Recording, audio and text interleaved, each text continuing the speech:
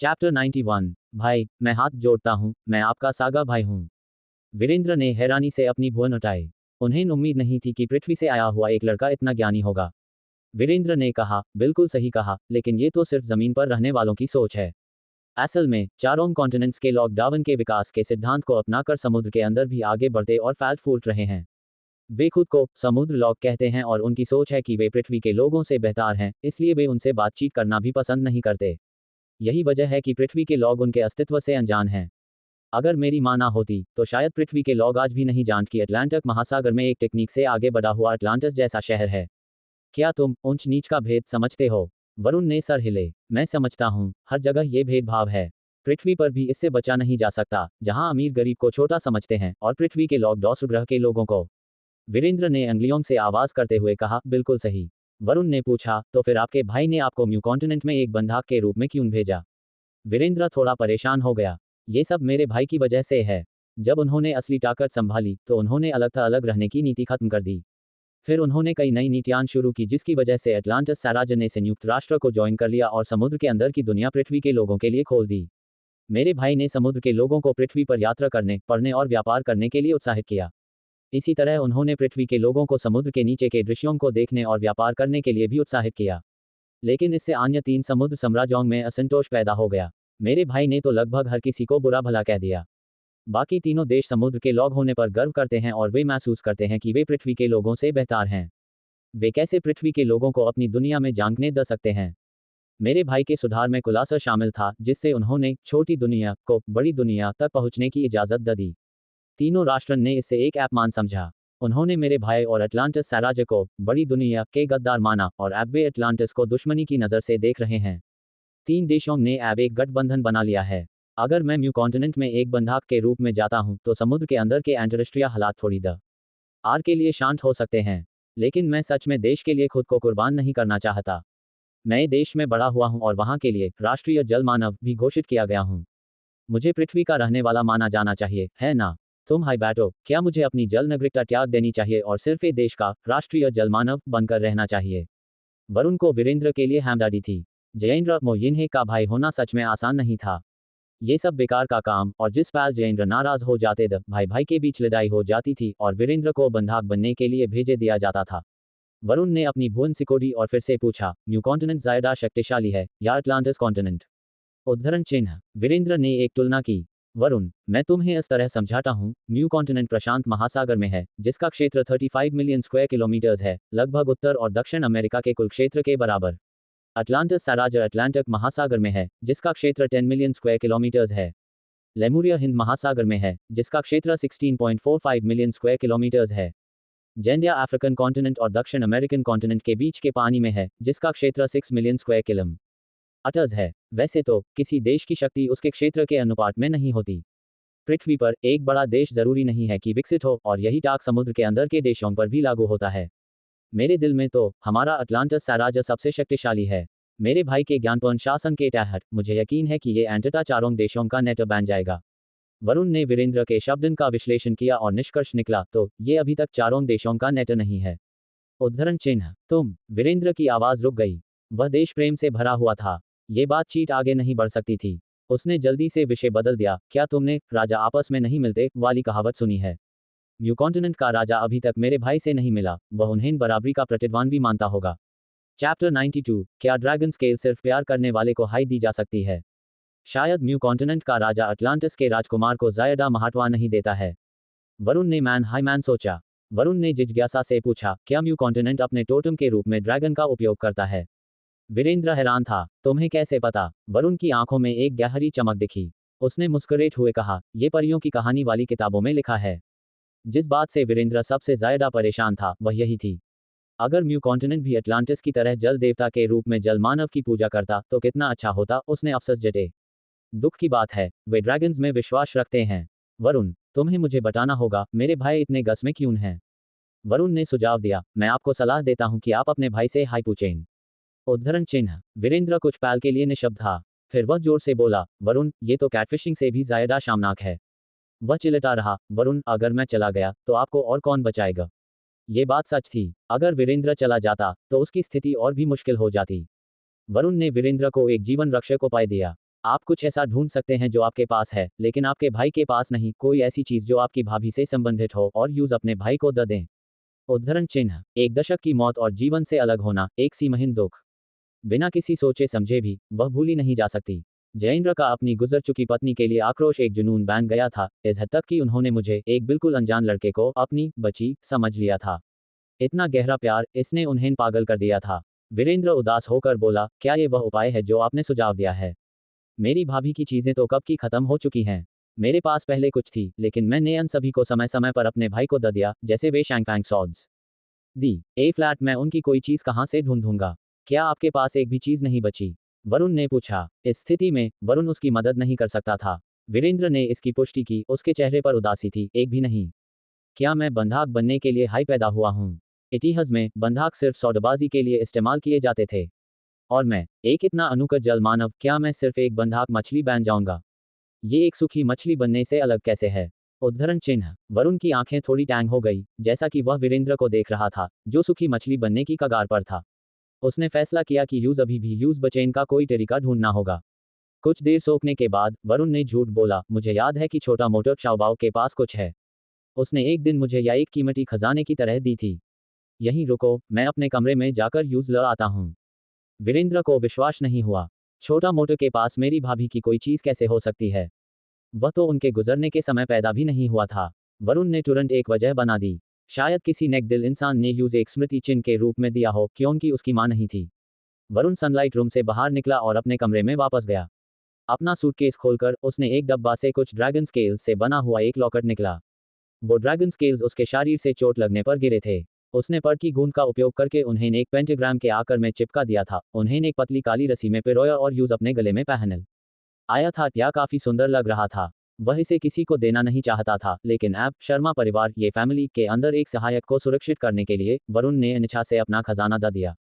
कुछ ही मिनट बाद Varun sunlight room में वापस आया और pentagram dragon scale pendant Virendra को दे दिया। वाह, ये सच में मेरी भाभी की कोई चीज है। वीरेंद्र ने ड्रैगन स्केल्स की चमकती रोशनी को देखा, उसकी आंखें तुरंत चमकने लगी। ये शानदार है। इस तरह की चीज बेपरवाह तरीके से नहीं दी जा सकती, ये सिर्फ अपने प्रियजन के लिए है। ये जरूर मेरी भाभी ने मेरे भाई को तोहफा दिया होगा। फिर मेरे भाई ने छोटा मोटर को दिया, छोटा मोटर ने तुम्हें दिया और तुमने इसे मुझे दे दिया है। इस सभी गुजारिश के बाद यह स्पष्ट है, सिर्फ मेरे भाई हाई मेरी भाभी के ड्रैगन स्केल्स को पाने के लायक हैं। क्या? वरुण ने अपने होठ काट लिए, उलझन में। ड्रैगन स्केल्स सिर्फ प्रियजन को दी जा सकती हैं। उद्धरण चिन्ह, चैप्टर 93, क्या ड्रैगन स्केल सिर्फ प्यार करने वाले को हाई दी जा सकती है? 2। वीरेंद्र ने जवाब नहीं दिया बल्कि एक प्रश्न पूछा, उसकी आवाज में खटर की घंटी बज रही थी। तुम्हें कैसे पता कि ये एक ड्रैगन स्केल है?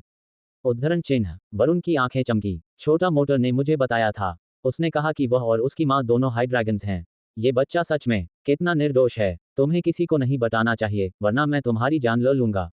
उद्धरण चिन्ह, समझ गया, लेकिन मुझे लगता है कि ये आपके भाई के लिए उपयुक्त नहीं हो सकता।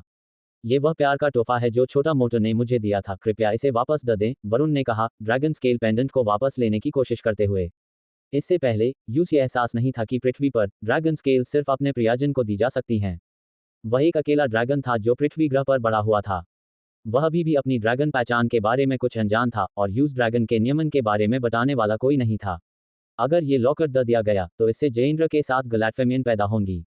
फिर वह अपने आप को 100 सफियों से भी साबित नहीं कर पाएगा। वीरेंद्र ने अपना हाथ ऊपर उठाया, यूस वापस लेने का मौका नहीं दिया। ड्रैगन स्केल सिर्फ अपने प्रियजन को दी जा सकती हैं।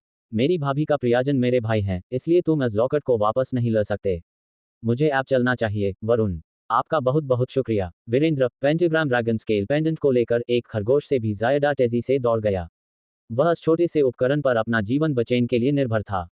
वरुण उसके पीछे दौड़ा। वापस आओ, मेरे पास और भी चीजें हैं। शायद ये सबसे अच्छा नहीं है। ऐसा कैसे हो सकता है? वरुण, आप जरूर मजाक कर रहे हैं। वीरेंद्र के नजरिए से एक ड्रैगन स्केल पेंडेंट से बेहतर कुछ भी नहीं था, एक असली शैंगफैंग स्वॉर्ड। एक कहावत है, तुम मेरे लिए इनवर्स स्केल हो। और एक और है, एक बार जब तुम मेरी ड्रैगन स्केल को स्वीकार कर लेते हो तो तुम मेरे हो। उसके भाई को जरूर पसंद आएगा। वरुण छोटे से इमारत से बाहर निकलकर जयेंद्र की कोठी तक पीछा किया, लेकिन अफसोस, वह एक कदम देर से पहुंचा। अत्यंत आवश्यकता में वीरेंद्र घर के अंदर दाखिल हुआ। लिविंग रूम के सोफा पर जयेंद्र को देखते हुए, जो आमतौर पर वीरेंद्र से आक्रोशित दिखता, उसने अपने पैरों को अतिरिक्त तौर पर मोड़ा और पूरे सम्मान को खोकर उनके ऊपर रेंगता हुआ गया। फिर शैंगफैंग स्वॉर्ड को ऊंचा पकड़ते हुए वह चिल्लाया, भाई भाभी के लिए कृपया मुझे एक और मौका दे दो। भाभी ने सच में कहा था कि वह चाहती हैं कि आप मेरी जीवन भर रक्षा करें। वह मुझे इतना प्यार करती हैं। वह जरूर नहीं चाहेंगी कि मैं न्यू कॉन्टिनेंट में बंधक बनने जाऊं। जयेंद्र ने ठंडा सा नफरत भरा एहसास दिखाया। उनकी ऑर्डर इतनी ठंडी थी कि जम जाती। उनकी दूरी भरी नजर वीरेंद्र के ऊपर उठाए हुए ड्रैगन स्केल पेंडेंट पर पड़ी, चमकती ड्रैगन स्केल्स पर रुकते हुए। हालांकि उन्होंने शुरू में इसे अनिच्छा से देखा था, जयेंद्र की ठंडी आंखें अचानक एक गहरे कोमल स्नेह से भर गई। ये कहाँ से आया? वीरेंद्र ने सच्चे से बताया, वरुण ने मुझे दिया। वरुण अभी अंदर आया था और उसने वीरेंद्र का सीधा कबूलनामा सुनकर उसकी आंख फटकी। वरुण जल्दी से उसके पास गया, वीरेंद्र के ऊपर उठाए हुए ड्रैगन स्केल पेंडेंट को वापस लेने की कोशिश कर रहा था, लेकिन एक जो पतले हाथ तेजी से चले, लॉकेट को छीन लिया। जयेंद्र ने पेंटिकल ड्रैगन स्केल को अपनी हथेली में घुमाया। आंसू बिना किसी चेतावनी के उनकी आंखों के कोनों से बांध लगे। तुम्हारा? जयेंद्र का गाला रुका। उन्होंने अपनी आंखें वरुण पर उठाई, उनकी नजर दुख से भरी थी। ड्रैगन स्केल्स क्या हैं? वे एक ड्रैगन पर मजबूत कवच होते हैं जो आसानी से नहीं गट। फिर भी इस पेंटाग्राम ड्रैगन स्केल पेंडेंट में 5 ड्रैगन स्केल्स जुड़ हुए थे, हर एक उसके शरीर से टूटे हुए मांस का टुकड़ा था। किसने यूज चोट पहुंचाई थी? उसी पल जयेंद्र से एक खूनी और फूट पड़ी। वह चाहता था कि वह यूज चोट पहचान वाले की हेडों को पीस कर रख दे। वरुण को सिर्फ शर्मिंदा एहसास हुआ, डरता हुआ कि वह गलत समझ लेगा। उसने इसे वापस लेने के लिए हाथ बढ़ाया। वापस द डू उद्धरण चिन्ह। जयेंद्र ने उसके विपरीत अपनी अंगुलियों को कसकर बैंड कर लिया, उसकी खुरदुरी हथेली ने थोड़ा सा दबाए। उसकी आवाज में एक ऊंचा गुस्सा था, तुम्हें किसने चोट पहुंचाई? वरुण, ये आदमी इतना गस में क्यों था? वरुण लोगों के विचारों को समझने में माहिर था। जयेंद्र की आंखों में उसने अपनी प्रतिबिंब देखी और एक आपस में घुला हुआ, दिल तोड़ देने वाला दुख देखा। वरुण का दिल हिल गया। एक अनोखा भाव अचानक उसके दिल में भर गया। क्या वह उसके लिए इतना दुख महसूस कर रहा था? चैप्टर 94 बहुत हाई शानदार हालात को बदल दिया। लेकिन जल्द हाई वह समन्या हो गया। वह तुम्हारे लिए दुख महसूस नहीं कर रहा है, बल्कि अपनी बच्ची के लिए। वरुण शांति से बोला, कुछ नहीं। जिन लोगों ने मुझे चोट पहुंचाई उनका अंजाम बुरा हुआ। वे पहले high Yamraj king of health से मिल चुके हैं। तभी जयेंद्र का ऊंचा गुस्सा थोड़ा सा कम हुआ। वह खुद से नफरत करता था कि वह समय पर पृथ्वी ग्रह पर यूज वापस लाने नहीं गया था। उसने लॉकेट अपने गले में डाल दिया, पेंटिकल ड्रैगन स्केल के बीच के हिस्से को अपने कॉलर के अंदर डाल दिया, इसे अपनी छाती के खिलाफ रखा, इसे गर्म करते हुए। वास्तव में वह थन पेंटिकल ड्रैगन स्केल को गर्म नहीं करना चाहता था, बल्कि यूज जो कभी चोटिल हुई थी। वरुण ने यह सब देखा, उसका सर थोड़ा गर्म महसूस कर रहा था। ये आदमी, क्या वह और कम सूक्ष्म नहीं हो सकता? इस पल यूस अपनी जानकारी से कितनी नफरत हुई। कम से कम उसका दिल अब इतना शर्मिंदा और अजीब महसूस नहीं करता। वीरेंद्र उनके पास घुटनों के बाल बैठा हुआ था, कांपते हुए और उठना भूल गया था। उसकी आंखें खाली थी जब उसने पूछा, भाई आप क्या बात कर रहे हैं? मुझे समझ नहीं आ रहा। जयेंद्र ने अपने बेवकूफ छोटे भाई पर एक ठंडी नजर डाली। ये सोच हुए कि तुम्हारी भाभी ने तुम्हारे लिए कितनी भरी कीमत चुकाई है, मैं तुम्हें इस बार माफ कर दूंगा। लेकिन अगर अगली बार ऐसा हुआ, भाई मैं वादा करता हूं कि अगली बार ऐसा नहीं होगा। उद्धरण चिन्ह। वीरेंद्र का माफी मांगना बिल्कुल सच्चा था, लेकिन आज तक वह अभी भी नहीं जानता था कि उसने क्या गलती की थी। वह पूछने की हिम्मत नहीं कर रहा था, ना ही कहने की हिम्मत कर रहा था। वीरेंद्र डर से कांपते हुए कुछ देर के लिए सोचने की क्षमता खो बैठा और सिर्फ भागना चाहता था। जाने से पहले उसने वरुण का हाथ पकड़ लिया, यूज खींच कर ले जाते हुए जब वह लॉकेट को वापस लेने की कोशिश कर रहा था। चलो चलो वरुण, तुम एक लॉकेट के बारे में इतने परेशान क्यों हो? वह तो असली में मेरे भाई का हाई था, या सिर्फ उसके असली मालिक को वापस दिया जा रहा है? अगर तुम्हें ज्ञान पसंद है तो मैं तुम्हें एक ज्वेलर की दुकान पर ले जाऊंगा, मेरे जीवन को बचाने के लिए शुक्रिया के रूप में। उद्धरण चिन्ह। जयेंद्र ने वीरेंद्र को यूज खींच कर ले जाने से नहीं रोका, वरना वह लड़का जरूर लॉकेट को वापस छीनने पर जोर देता। वरुण ज्वेलर की दुकान पर नहीं गया। वीरेंद्र ने जबरदस्ती यूज का में बिठा दिया। वह पैसेंजर सीट पर बैठा और काको तेजी से जाते हुए देखकर निराशा में कहा, क्या आप कपूर क्लिनिक जैंग क्लिनिक जानते हैं? मुझे वहां ले चलो। वीरेंद्र ने महिया से कहा चलाए। वरुण, यह बहुत अस्पष्ट है। क्या आप और स्पष्ट बता सकते हैं? कौन सा इलाका, कौन सी सड़क और सड़क का नंबर क्या है? मैं नहीं जानता, मुझे लगता है कि यह मौनी रोड पर है। सरनेम कपूर है। मैं जानता हूं कि मौनी रोड कहाँ है। आप एक सबसे बड़े आयुर्वेदा विशेषज्ञ हैं, आप एक आयुर्वेदा हॉस्पिटल में क्यों जा रहे हैं? वरुण ने स्पष्ट रूप से कहा, किसी को ढूंढने के लिए। पृथ्वी ग्रह पर मेरे गुरु ने मुझसे उनके परिवार के लिए कुछ लाने को कहा था। उद्धरण चिन्ह। वीरेंद्र ने यूज मौनी रोड पर छोड़ दिया। मौनी रोड पुराने शहर के इलाके में थी। वहां कई पुराने स्टाइल की अपार्टमेंट बिल्डिंग्स थे, जिन्हें अभी तक तोड़ा नहीं गया था। सड़कें टैंग और भीड़ भरी थी, और सड़क किनारे खाने के ठेले थे, जिससे हवा में रोजमर्रा के जीवन का शोर भरा हुआ था। मौनी रोड के एक गली में वरुण को एक छोटा सा क्लिनिक मिला, जो 40 स्क्वायर मीटर से बड़ा नहीं था। छोटे क्लिनिक के द्वार पर एक शोर मचा हुआ, अफरा तफरी भरी भीड़ इकट्ठा हो गई थी। डूलॉग एक स्ट्रेचर उठाए हुए द जिसमें 8 या 9 साल की एक लड़की थी। एक 40 साल की महिला जिसका नाम किरण शर्मा लीयुएलैंड था, दर्द से चिल्ला रही थी। एक ऐसी पीड़ा जैसे 10,000 तीर उसके दिल को छेड़ रहे हों। तुमने इलाज गलत किया और अब इनकार कर रहे हो। यहाँ तक कि विदेशी डॉक्टरों ने भी कहा कि तुम्हारे क्लिनिक ने गलत दवा दी है जिसकी वजह से मेरी बेटी को सेरेब्रल पॉल्जी हो गया है। मेरी बेटी इतनी छोटी है और अब उसके दिमाग को नुकसान हो गया है। तुम्हें इसकी जिम्मेदारी लेनी पड़ेगी। किरण शर्मा लीयुएलैंड अपने कई रिश्तेदारों को लाई थी, सभी नाराज थी और कपूर क्लिनिक से एक स्पष्टीकरण मांग रहे थे। वातावरण अत्यंत तनावपूर्ण था, किसी भी पैल फटने के लिए तैयार था। ऐसा लग रहा था जैसे वे कपूर क्लिनिक को तोड़ने के लिए तैयार थे। आसपास के लोग इस हल्ला को देखकर आपस में बातें कर रहे थे। सेरेब्रल पॉल्जी, वह तो जैसे एक जिंदगी ले लेना है। इसमें उन्हें बहुत पैसा खर्च करना पड़ेगा। उद्धरण चिन्ह, कम से कम कुछ लाख के बिना ये मामला शांत नहीं होगा। चैप्टर 95, बहुत हाई शानदार, हालात को बदल दिया। 2. मेरे पिताजी हमेशा कहते थे कि आयुर्वेदा ज़्यादातर धोखाधड़ी है। ज़्यादातर जियंगू डॉक्टर्स हैं जो सिर्फ धोखाधड़ी और मुनाफा कमाने पर केंद्रित हैं।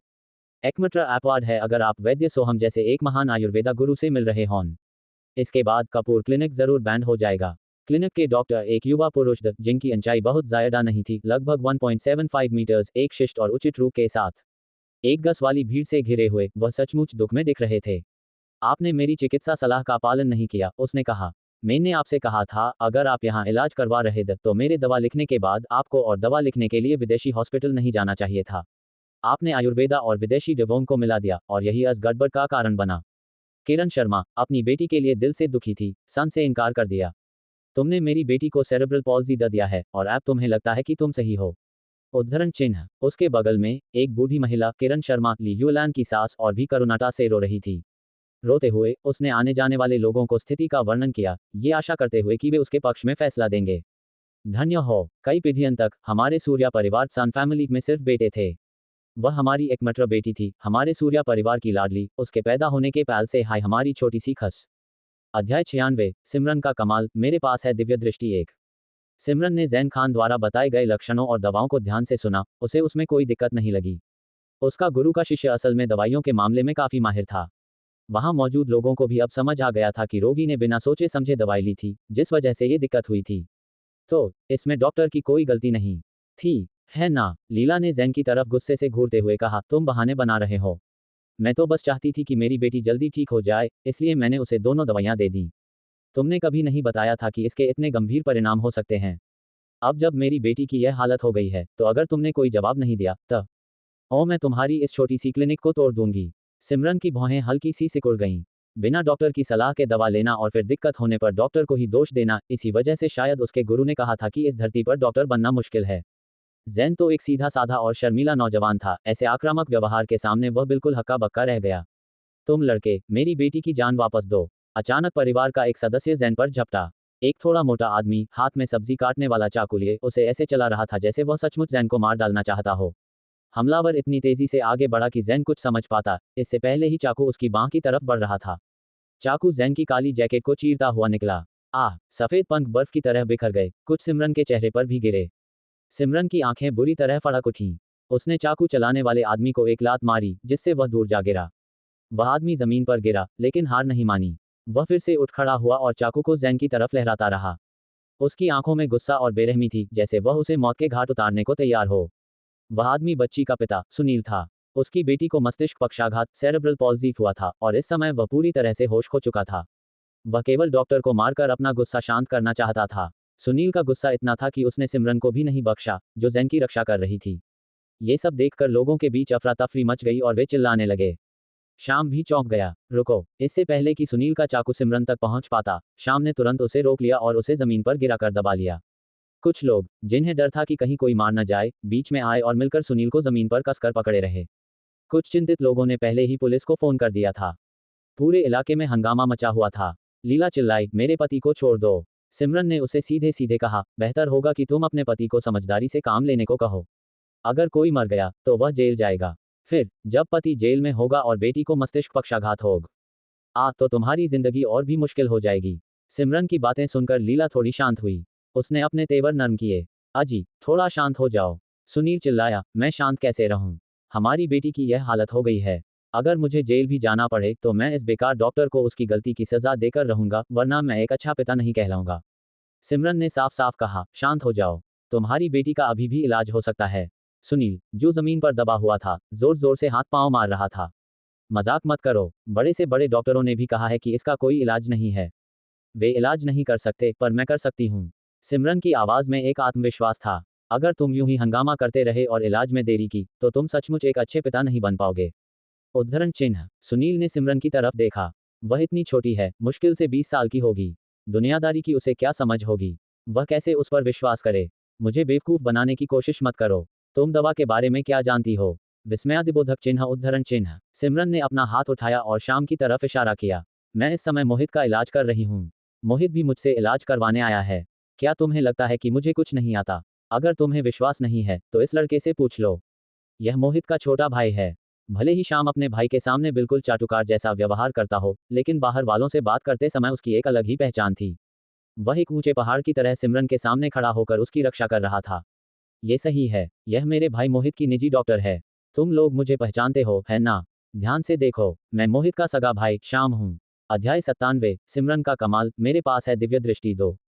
असल में वहां मौजूद कुछ लोग उसे पहले ही पहचान चुके थे। कुछ लड़कियां तो चुपके से उसकी फोटो और वीडियो भी बना रही थीं। कुछ ने तो लाइव स्ट्रीमिंग भी शुरू कर दी थी। लाइव स्ट्रीमिंग प्लेटफॉर्म पर अनगिनत लोग उत्साह से भर गए थे और उनके कमेंट्स की बौछार हो रही थी। ओह माय गॉड, ये तो शाम है, नेशनल हॉटथ्रोब, जलपरी देवता शाम। उद्धरण चिन्ह। मैं तो स्क्रीन को चाटना चाहती हूँ। शाम तो बहुत ही ज्यादा हैंडसम है। उसे एक बार देखने से ही मैं गर्भवती हो गई हूँ। मैं शाम के जलपरी वाले बच्चे चाहती हूँ। कोई मेरे साथ झगड़ा न करे। जेल स्टार की वो लड़की, वह मेरे शाम के लिए क्यों लायक है? क्या उसकी शक्ल की वजह से? जेल स्टार पर कोई स्कूल नहीं है। वह 20 साल की है और अभी अभी धरती पर वापस आई है। क्या वह सचमुच मोहित की निजी डॉक्टर हो सकती है? लाइव ब्रॉडकास्ट के कमेंट्स में लोग ईर्ष्या से भरे हुए थे। इतना हैंडसम रक्षक, लेकिन ये देखना बाकी था कि क्या जेल स्टार से आई ये लड़की नेशनल हॉथरो की तारीफ के लायक थी भी या नहीं। शाम के डाई हार्ट फैन इस डर से कि कहीं शाम सबके सामने शर्मिंदा न हो जाए, सिमरन का जबरदस्त समर्थन करने लगे। सिमरन, हिम्मत दिखाओ, हम शाम को हारने नहीं देंगे। अगर तुमने मेरे शाम को जलील करने की हिम्मत की, तो हम तुम्हें पछताने पर मजबूर कर देंगे। तुरंत उस बेचारी लड़की को बचा लो, वह बहुत दयालु लग रही है। जब सुनील के परिवार वालों ने शाम की बात सुनी, तो वे शांत हो गए। सुनील के परिवार वालों को आधा विश्वास था और आधा शक। लीला, जो खूब रो रही थी, अपने आंसू पोंछते हुए बोली, सच में? सिमरन ने कहा, सच है या झूठ? क्यों न मुझे बच्ची का इलाज करने दो और पता चलने दो। इससे तो बेहतर है कि तुम सब यहाँ खड़े होकर रो और हंगामा करो। सिमरन स्ट्रेचर के पास गई और उस आंसू भरी, कांपती हुई बच्ची की तरफ देखा। इतनी छोटी सी उम्र में इतनी बदनसीबी, उसकी आंखें रो रोकर सूजी हुई थीं और उनमें डर और निराशा के सिवा कुछ नहीं था। सिमरन की आंखें हल्की सी नीचे झुकीं। किसी ने ध्यान नहीं दिया कि उसकी काली पुतलियां धीरे धीरे आग जैसी सुनहरी हो गई थीं।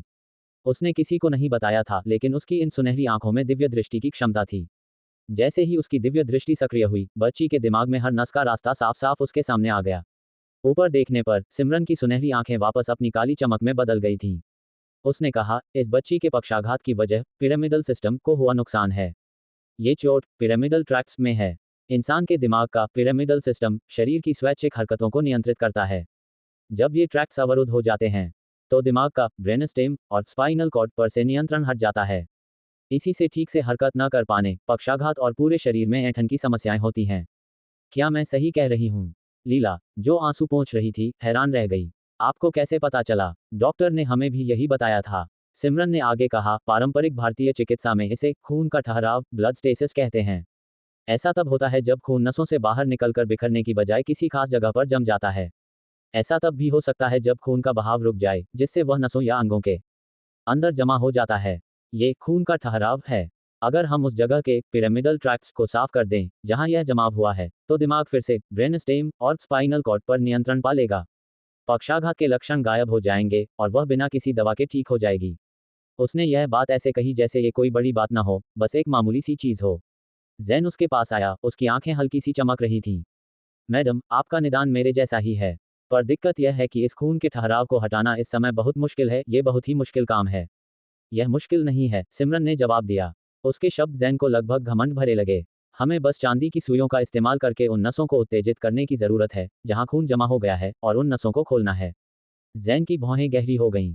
मैडम, क्या आप चांदी की सुइयों से उन नसों को उत्तेजित करने का सुझाव दे रही हैं, जहां खून जमा हो गया है? मैंने भी इस तरीके के बारे में सोचा था, लेकिन सटीक उत्तेजना करना बहुत मुश्किल है। आखिरकार हम केवल इंसान हैं, अपनी नंगी आंखों पर निर्भर हैं। हमारे पास दिव्य दृष्टि नहीं है। हम इसे कैसे साफ कर सकते हैं? अध्याय 98। वाह शानदार डॉक्टर, पूरे इंटरनेट को हिला दिया। 1। जैन ने थोड़ा रुककर कहा, पश्चिमी चिकित्सा उपलब्ध है, बेशक। लेकिन जब मैं इस बारे में बात करने के लिए एक पश्चिमी अस्पताल गया तो उन्हें विश्वास ही नहीं हुआ कि चांदी की सुइयां खून का एक ठहराव को साफ कर सकती हैं। उन्होंने तो मुझे झोला छाप डॉक्टर तक कह दिया और सुझाव दिया कि मैं क्लिनिक चलाने और मरीजों को गुमराह करने के बजाय पश्चिमी चिकित्सा का अध्ययन करूं। कोई बात नहीं, वे जल्द ही अपनी बात वापस ले लेंगे। जैन के पास दिव्य दृष्टि नहीं थी, पर उसके पास थी। क्लिनिक के बाहर बहुत से लोग जमा थे और सिमरन नहीं चाहती थी कि बहुत ज्यादा लोगों को उसकी सुनहरी आंखों के बारे में पता चले। उसने कहा, पहले बच्ची को क्लिनिक के अंदर ले चलो। इस कड़कड़ाती ठंड में हम उसे और ज्यादा ठंड लगने का खतरा नहीं उठा सकते। लीला ने उसकी बात मानी। उसने कहा, जल्दी करो, मेरी युविका को अंदर ले जाने में मेरी मदद करो। बूढ़ी दादी सुनील ने लीला का हाथ पकड़ लिया। लीला, उसने पूछा, क्या तुम्हें सच में उस पर विश्वास है? माँ, अब हमारे पास और क्या विकल्प है? शायद आखिरकार शाम ने भी उसके लिए कहा है। क्या पता उसमें सच में कुछ हुनर हो। एक माँ होने के नाते वह 0.000001% का मौका भी नहीं छोड़ना चाहती थी। सुनील के परिवार वाले जल्दी से स्ट्रेचर उठाकर छोटी लड़की को क्लिनिक के अंदर ले गए। लेकिन सिमरन ने सुनील के परिवार के सभी सदस्यों को उसके पीछे अंदर नहीं आने दिया। दरवाजे पर खड़े होकर उसने कहा, मैं बच्ची पर सुई लगाऊंगी। इस प्रक्रिया के लिए एक शांत, बिना किसी रुकावट वाला वातावरण और मेरा पूरा ध्यान जरूरी है। वार्ड में ज्यादा लोगों के होने से मेरा ध्यान भटक सकता है।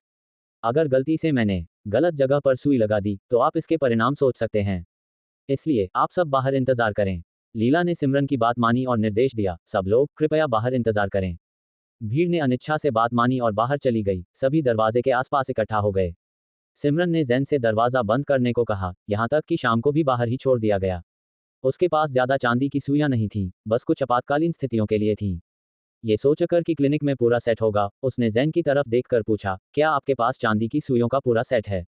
उद्धरण चिन्ह, हाँ, मैं ले आता हूँ। जैन गया और वापस आया, चांदी की सुइयों का पूरा सेट ले आया। उन्हें बाहर रखने पर 30 से ज्यादा सुइयां थीं, जिनमें से सबसे पतली एक बाल जितनी बारीक थी। सिमरन ने उन्हें देखा, उसकी आंखें अचानक चमक उठीं। खजाना, वह बोली। जैन ने विनम्रता से जवाब दिया, ये मेरे पुरखों से मिली हैं। सिमरन को चांदी की सुइयों को साफ करते हुए देखकर उसकी हर हरकत पेशेवर लग रही थी, ऐसी नहीं जैसे कोई सिर्फ बड़ी बड़ी बातें करना जानता हो। कीटाणुनाशक के बाद सिमरन ने जैन से कहा, क्या आप मेरी मदद कर सकते हैं? बच्ची को स्थिर पकड़कर उसे हिलने से रोकें। ठीक है। युविका का पूरा शरीर ऐंठ रहा था, उसे स्थिर पकड़ने के लिए एक आदमी की ताकत की जरूरत थी। छोटी लड़की न सिर्फ अपनी ऐंठन को नियंत्रित नहीं कर पा रही थी, बल्कि पतली चांदी की सुइयों को देखकर भी उसकी आंखें डर से कांप रही थीं। सिमरन ने धैर्य से उसे सांत्वना दी, युविका, डरो मत। अपनी आंखें बंद कर लो। मैं वादा करती हूं कि मैं तुम्हें ठीक कर दूंगी। छोटी लड़की शर्मीली थी और बोली नहीं, लेकिन उसने आज्ञाकारी तरीके से अपनी आंखें बंद कर लीं। जैन ने छोटी लड़की को पकड़ा और सिमरन को सुइयां लगाते हुए देखा। उसे अचानक उसकी आंखें आग जैसी सुनहरी होती हुई दिखाई दी, जो अकल्पनीय रूप से सुंदर लग रही थीं। जैन ने कहा, मैडम, आपकी आंखें। ओह, मैंने रंगीन लेंस पहने हैं। जैन ने सोचा, सच में? मैंने तो अभी उन्हें नोटिस नहीं किया था। ये ग्रेडियंट कलर्ड कॉन्टैक्ट्स हैं, चिंता मत करो। जैन, जिसे रंगीन लेंस की आधुनिक तकनीक के बारे में ज्यादा जानकारी नहीं थी, हैरान होकर बोला, मुझे पता ही नहीं था कि रंगीन लेंस अब इतने आधुनिक हो गए हैं। सिमरन ने जवाब नहीं दिया और सुई लगाने का काम जारी रखा। उसने अपनी सुनहरी आंखों की दिव्य दृष्टि को सक्रिय किया और उसकी चांदी की सुइयां खून के ठहराव की जगह पर बिल्कुल ठीक से चुभ रही थीं, जिससे नसें धीरे धीरे खुल रही थीं। यह एक ऐसा काम था जिसमें धीरज और बहुत ज्यादा देखभाल की जरूरत थी। वे दोनों 1 घंटे से ज्यादा समय तक उस छोटी सी क्लिनिक के अंदर रहे और एक बार भी दरवाजा नहीं खोला। क्लिनिक के बाहर परिवार के सदस्य बेचैन होकर इंतजार कर रहे थे। लीला और बर्दाश्त नहीं कर पाए और टूटकर रोने लगी। दादी सुनील भी रोई, उनकी बूढ़ी आंखों से आंसू बह रहे थे। अध्याय 99। वाह शानदार डॉक्टर, पूरे इंटरनेट को हिला दिया। 2 रिश्तेदारों, चाहे वे सच में चिंतित थे या बस दिखावा कर रहे थे, ने भी हाथ ऊपर उठाए और आंसू पोंछने लगे। लीला, दादी सुनील की सबसे बड़ी बहू थी। उनकी दूसरी और तीसरी बहुएं भी थीं, जिन्होंने सिर्फ बेटों को जन्म दिया था। दूसरी बहू, जो दादी सुनील के पक्षपात से सबसे ज्यादा नाखुश थी, खासकर जिस तरह से वह लड़कों को कम तवज्जो देती हुई दिखती थी, ने पास खड़े होकर कहा, ये सब मेरी भाभी की वजह से है, जिन्होंने पारंपरिक का दवा पर आंख बंद करके विश्वास किया, जिससे युविका को और नुकसान हुआ। और अब भी आप पारंपरिक दवा से युविका का इलाज करा रहे हो। ये बिल्कुल बेवकूफ़ी है। तीसरी बहू ने भी कहा, केवल सोनगम जैसे लोग, बूढ़े, बहुत सम्मानित और पारंपरिक दवा में सचमुच माहिर पर ही भरोसा किया जा सकता है। पर वह लड़की अभी अभी जेल स्टार से आई है। इंटरनेट पर कहते हैं कि वह तो प्राथमिक स्कूल भी नहीं गई। वह कहती है कि वह युविका को ठीक कर सकती है, फिर भी आप बच्ची को उसके हवाले कर रहे हो। ये युविका को नुकसान पहुंचाना है। दूसरे रिश्तेदार भी बेचैनी से अपनी राय देने लगे। वे इतनी देर से अंदर हैं। पश्चिमी चिकित्सा में भी इतना समय नहीं लगता। क्या कुछ गलत हो गया होगा? शायद उन्होंने चीज़ों को और बिगाड़ दिया है और बाहर आने से डर रहे हैं। या शायद वे पहले ही भाग गए हैं। क्या किसी ने देखा कि क्लिनिक में कोई और रास्ता भी है? उद्धरण चिन्ह। युविका की माँ, तुम क्यों नहीं अंदर जाकर देखती? हाँ, हाँ, अगर वे भाग गए तो तुम्हें हुए नुकसान की भरपाई कौन करेगा? लीला भी और इंतजार नहीं कर पाई। हर मिनट, हर सेकंड उसके लिए यातना जैसा था। ये सारी भड़काऊ और नकारात्मक बातें सुनकर लीला पर बहुत ज्यादा दबाव पड़ गया। उसका पति, सुनील, जो जल्दबाजी करता था, वह भी और बर्दाश्त नहीं कर पाया। उसने खुद को रोक रहे लोगों से छुड़ाया और दरवाजे पर लात मारी।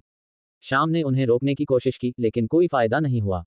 धड़ाम, सुनील चिल्लाते हुए अंदर घुसा, मेरी बेटी को वापस दो। उद्धरण चिन्ह। पापा टिल्ड टिल्ड। अचानक उनके कानों में एक खूबसूरत आवाज गूंजी। युविका, जो 1 घंटे पहले तक लकवाग्रस्त और कांप रही थी, चमत्कारिक रूप से मौत के मुंह से बचकर निकली और सुनील की बाहों में दौड़कर आ गई।